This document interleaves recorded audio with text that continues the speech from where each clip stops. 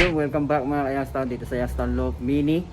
For today's video mga kalapatids, maglilinis tayo ngayon dito sa likod nating bahay mga kalapatids. Yung mga kalat dito sa likod ng bahay, lilinisin na natin ngayon mga kalapatids. Kaya samahan natin today, let's go!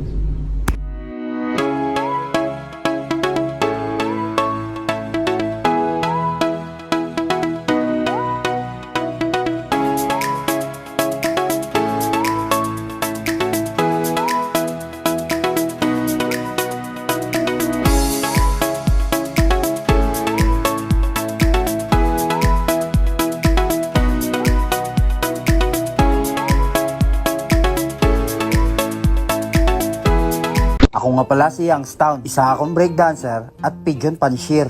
Yupunggol! Yung mga Youngstown, bago tayo maglinis, i-update ko lang kayo dito sa ibon natin. Dahil yung ibon natin na galing sa Tuguegarao, hindi na po talaga nakauwi. Parang 5 days na ngayon, simula nung nai-release sila sa Tuguegarao. Ano? So hindi pa talaga siya nakakauwi mga kalapatid. So possible, nahuli na yon kung sino man. O, sana alagaan na lang siya ng maayos.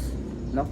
So dito mga kalapatid, update ko kayo dito. So si Tropa Sushi, nagdala siya dito ng isang ibon mga kalapatids, no? Ito yung lahi ng kay Idol Madla na binigay sa atin ni Idol Madla at pinares niya sa email the word mga kalapatids. Ito, bali Alphonse BDB email the word, 3-way cross na to mga kalapatids.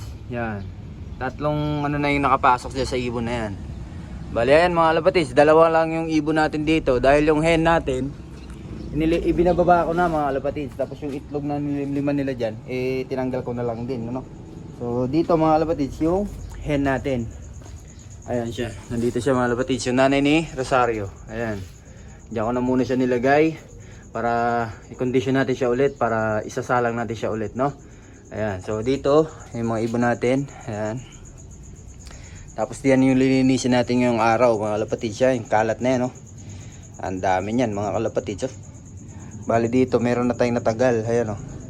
Kaya medyo nabawasan na ng konti, pero konti pa lang yun mga kalapatids, ayan, oh. Diba? Ganyang kalaki na, pero tignan nyo naman yung kalat, madami pa rin. Ayan, update ko kayo mamaya mga kalapatids, at samahan nyo ako sa araw na to. Let's go!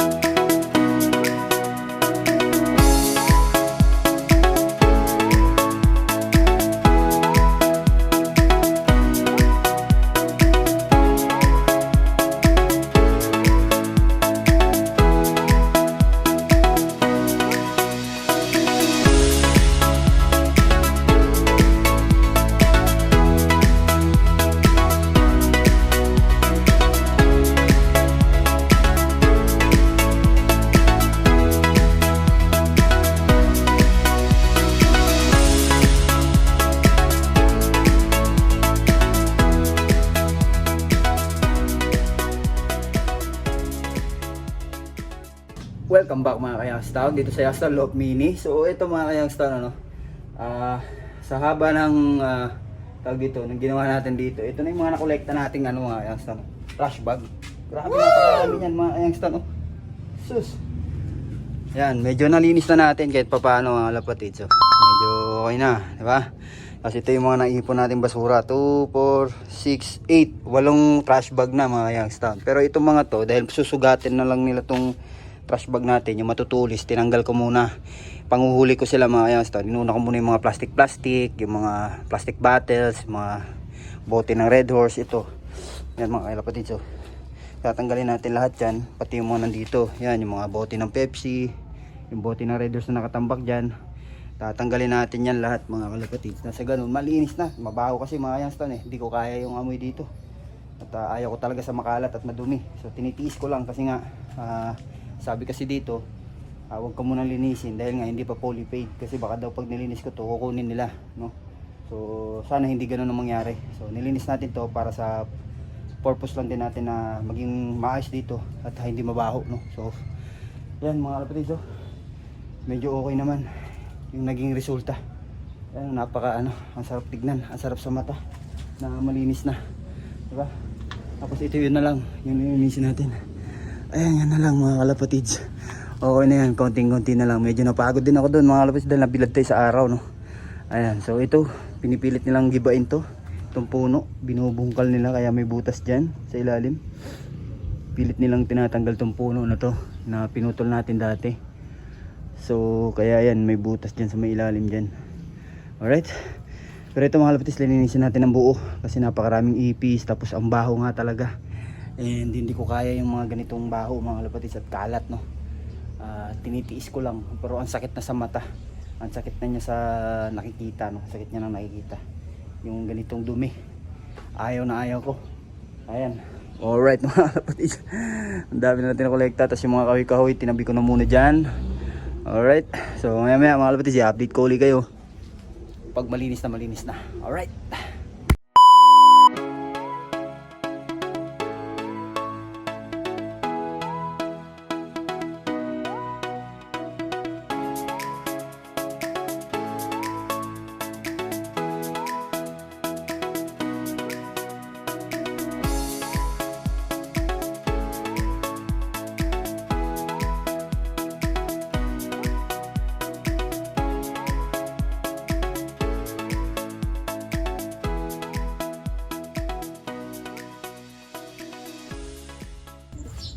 So welcome back mga Kayastaw dito sa Yastaw Love Mini. So ito mga Kayastaw, natapos na tayo dito sa ginagawa natin.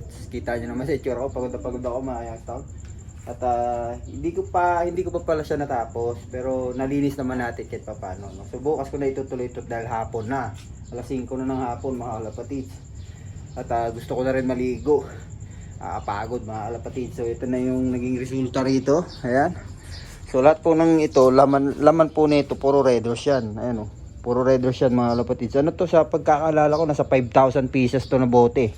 Yan, meron pa nga rito mga kalapatids o. Ayan o, meron pa nakatambak dyan mga kalapatids o. Yan, so nasa 5,000 pieces yan mga kalapatids. Yung iba nga, naitapon ko na eh. Ayan, pero all goods na mga kalapatids. Ayan o, diba? Pati yung mga nakasabit dyan na dahon, tinanggal ko na rin. Yan, tapos itong yero natin sa loob dati, itinakip ko dyan kasi yung kanal na panghugasan nila dyan, ito lababo kasi namin dati to. Tapos yung tubig na galing dyan sa lababo nila, pumupunta rito. Tapos yan yung mga kanin na pondo dyan, ang baho mga kalapatids, kaya tinakpan ko ng ganyan. Alright. So bukas ko na itutuloy ito mga kalapatids, kasi ganun matapos natin to, no. Yan mga Yastaw, para maganda naman sa mata tignan, hindi yung kalat-kalat. No, baho tignan ang sakit sa mata. So yan mga kalapatids, naubusan din kasi ako ng ganito, ng tag dito, trash bag. Naubusan na ako mga kalapatids. 12 lang palang roll yun yan, yung piraso. 12 pieces lang siya pag bumili ka ng buo. Yung mahal pa naman, nasa 89 ata yung isang buo niya. Yan, 12 pieces lang pala. Ang mahal mga kalapatids. Bali ito na nga rin yung naging setup dito, para yung mga dumi ng ibon dito sa baba mga kalapatids mawalis ko everyday. Yan, katulad niyan nung tinanggal ko tong harang na yan, yung pinto. Nandito, ang daming dumi diyan mga kalapatids. Ito nga yan, no. Yan, dumi, tapos balahibo, yung mga kung ano. So yan mga kalapatids, yan yung naging setup diyan. Ayan, pati itong pinto natin dati sa loob, nandiyan na rin. Yan yung naging setup diyan. Tapos ito, yung Nanay Rosario, pahinga na siya diyan. At dito ko na lang din tatapusin ang ating video for today mga kalapatids. Bukas ulit. Bye-bye.